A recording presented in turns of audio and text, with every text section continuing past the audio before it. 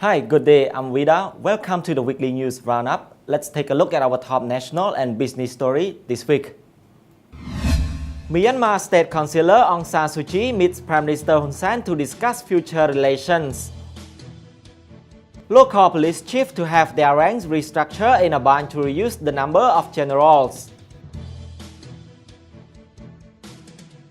Trade union submit petition to mark International Labour Day.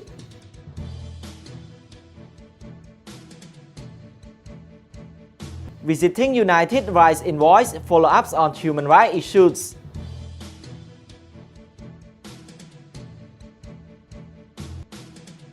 Drop in water level kill tons of fish in Tonle Chma Lake in Kampong Thom province. Siem Reap lands top spot in German travel platform.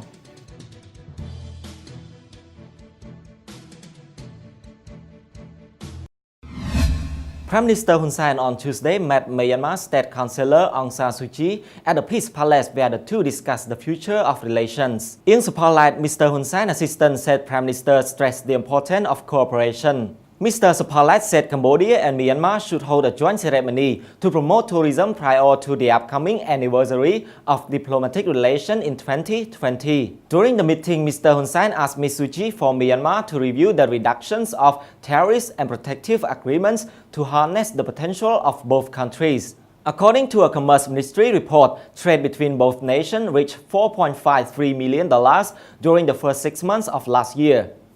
During her trip to the kingdom, Ms. Suu Kyi also met with King Norodom Sihamoni and Queen Mother Norodom Maniniet Sihanouk at the Royal Palace, as well as Senate President Sai Chum and National Assembly President Heng Samrin. Cabinet Cabinet Chief of Mr. Samrin said Ms. Suu Kyi told Mr. Samrin that Myanmar has reformed its system to become more democratic. Mr. Pisat said Ms. Suu Kyi raised the importance of parliament in drafting laws and protecting the interests of the people. She also reportedly said she will be pushing for parliamentary cooperation to be stronger, especially in exchanging experience. He noted that Mr. Samrin asked Ms. Suu Kyi to support Cambodian investors in Myanmar.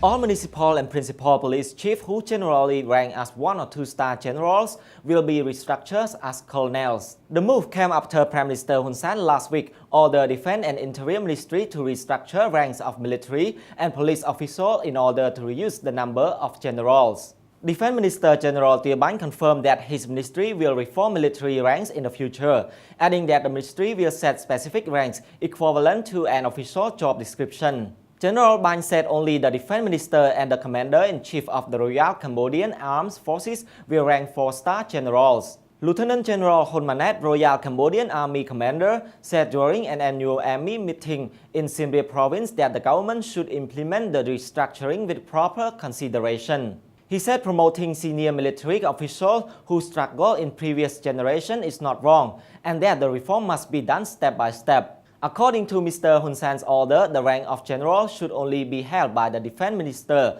the Royal Cambodian Armed Forces Commander-in-Chief, and the head of National Police.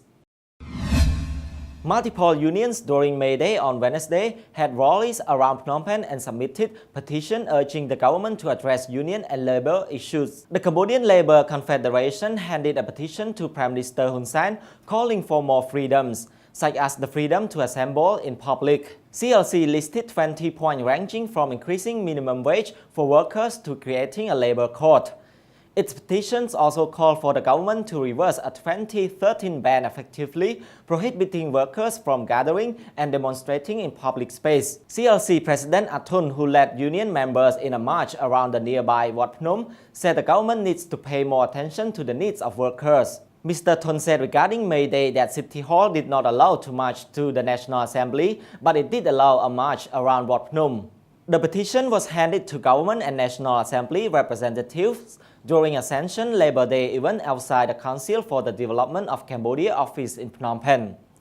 National Assembly Representative Sunrandi said Mr. Hun Sen has already addressed many of the problems listed by CLC, but the petition will be brought to his leadership. When asked about what Mr. Randi said about the demands already being carried out, Mr. Thun said only a few have been solved and that some points have yet to garner results. According to the rights group Central, an additional 1,200 workers from across all sectors peacefully gathered at a park to celebrate their contribution to the economy. A petition listing 11 priority problems regarding the protections and rights of workers were publicized. Additionally, Prime Minister Hun Sen celebrated Labor Day with about 3,700 garment workers at the Ida factory in Kandal Province, Gin Svai district. Mr. Hun Sen said he was happy to meet with the workers celebrating International Labor Day. Mr. Hun Sen said garment factory workers are able to celebrate due to peace secured by the previous generations and the government. The UN Special Rapporteur on Human Rights in Cambodia reiterated concerns on Thursday over the persecutions of former CNRP leader Kem Sokha during a meeting with Justice Ministry representative. Rona Smith, the Special Reporter, is in the kingdom to follow up the issue of human rights.